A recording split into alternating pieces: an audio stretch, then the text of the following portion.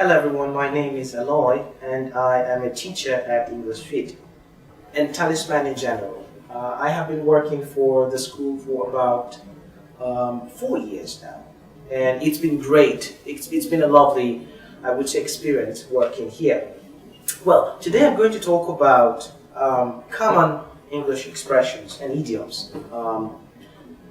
We all know that nowadays we don't just have words that we use in standard ways. We have now so many expressions that people really, especially learners of English, don't really come across every day. And I'll be talking about a few of them today.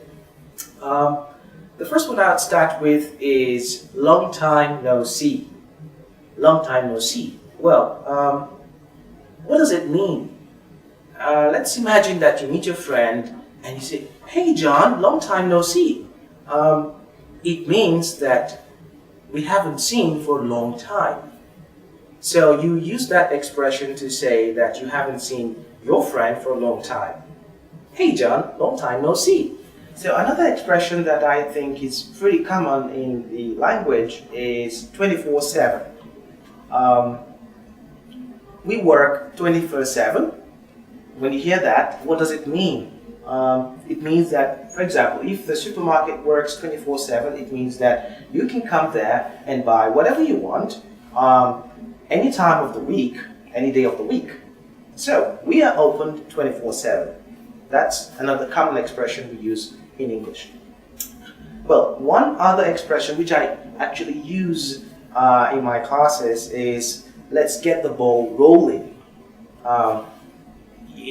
In a football match, you have the ball in the center of the field, and someone kicks it, and the ball starts rolling, and that means let's start. Let's get the ball rolling. So it's a very common expression. Let's get the ball rolling. Okay.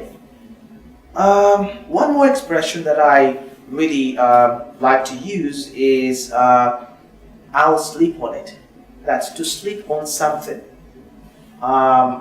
Let's imagine you are asked to decide on something or to make a decision about something, and you find it a bit difficult to make that decision. So you think that you need some time to think about the whole, facts involved, and at the end or after some time, make up your mind about what you do.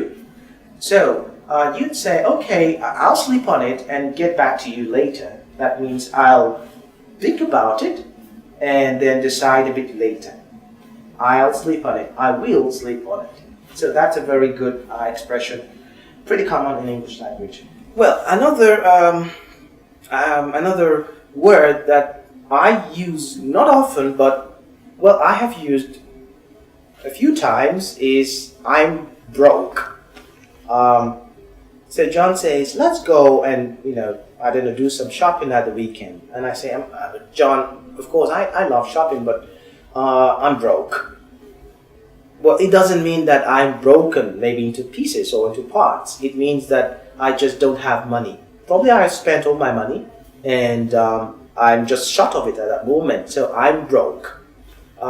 If you say that John is broke, it means he doesn't have money. So to be broke. Well, another expression that I find pretty important and I would say advisable to use is sharp. Sharp. SHARP. Sharp. Now, we use that expression with time. For example, the lesson starts at 7:30 sharp. What does it mean? Well, it actually means that the lesson starts exactly at 7:30. So 7:30 sharp.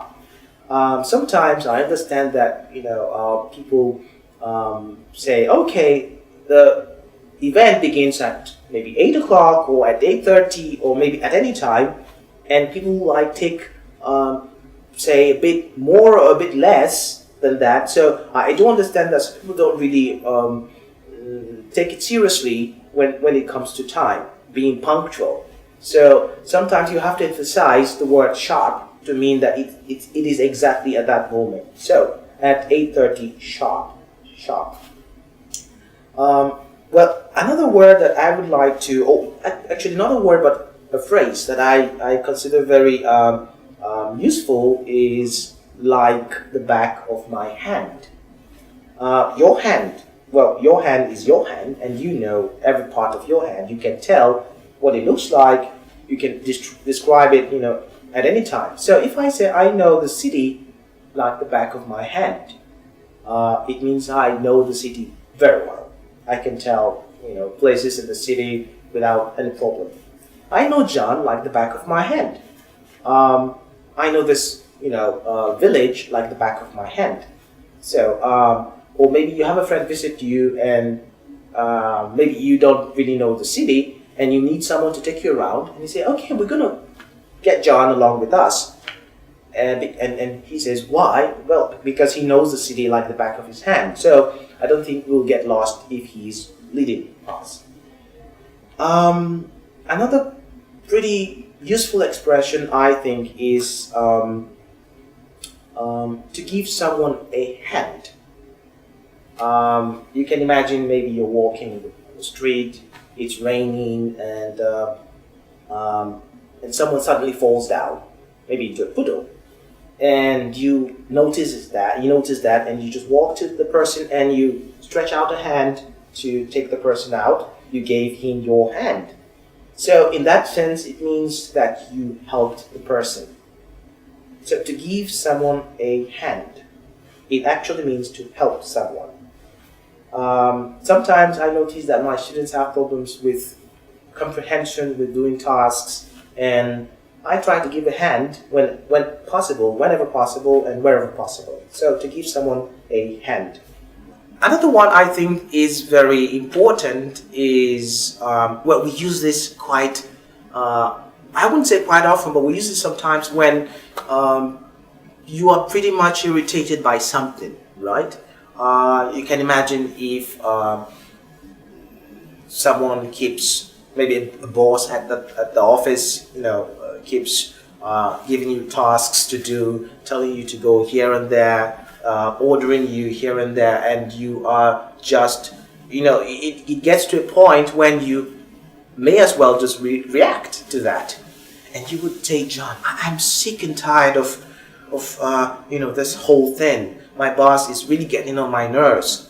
So to be sick and tired, maybe of something. So when you are sick and tired of something, means you don't like something. Actually, you hate it. You've had enough of it. So to be sick and tired. And sometimes when you say that expression, you kind of say it with some kind of you show that you're actually really sick and tired. So sometimes you actually stress, I'm sick and tired of it. So it's an expression that we pretty much use, or we pretty much need in our everyday lives. Sometimes you go to work, things happen at work, I don't know, maybe you go to the supermarket or you drive. Sometimes when I'm driving, I get caught up in traffic and I have to spend some time there, and it's not very pleasant. And sometimes I just come home and say, I'm sick and tired of all this. So I'm sick and tired of something, to be sick and tired. I guess the last one I will be talking about today is ages. You see a friend that you maybe, hey John, we haven't seen in ages. What does it mean? It means that you have not seen someone for a long time. It's been a long time since you saw the person. So in ages. I think that's quite some 10 expressions that I think is very important in the English language, common expressions. Of course, there are a lot more. That is why I'm inviting you to come to English Fit in Talisman. Here you can learn in a very conducive environment. We have great trainers working with us, working in English Fit. And you can learn at ease. We have lots of programs that we offer here. We suit our programs to your special needs. And that's why we are inviting you to come over, join us, join the team. It's a great team, it's a wonderful team, and you won't regret it. So on that note, I would like to, we are in the festive mood. It's Christmas, it's New Year coming up, and I would like to congratulate everybody. I would like to wish you all and your families a lovely New Year at hand. I would like to hope and pray that the New Year 2017 will be a great year for you and your families, and that it will start on a good note. So on that note, I would say Happy New Year in advance, and see you in 2017.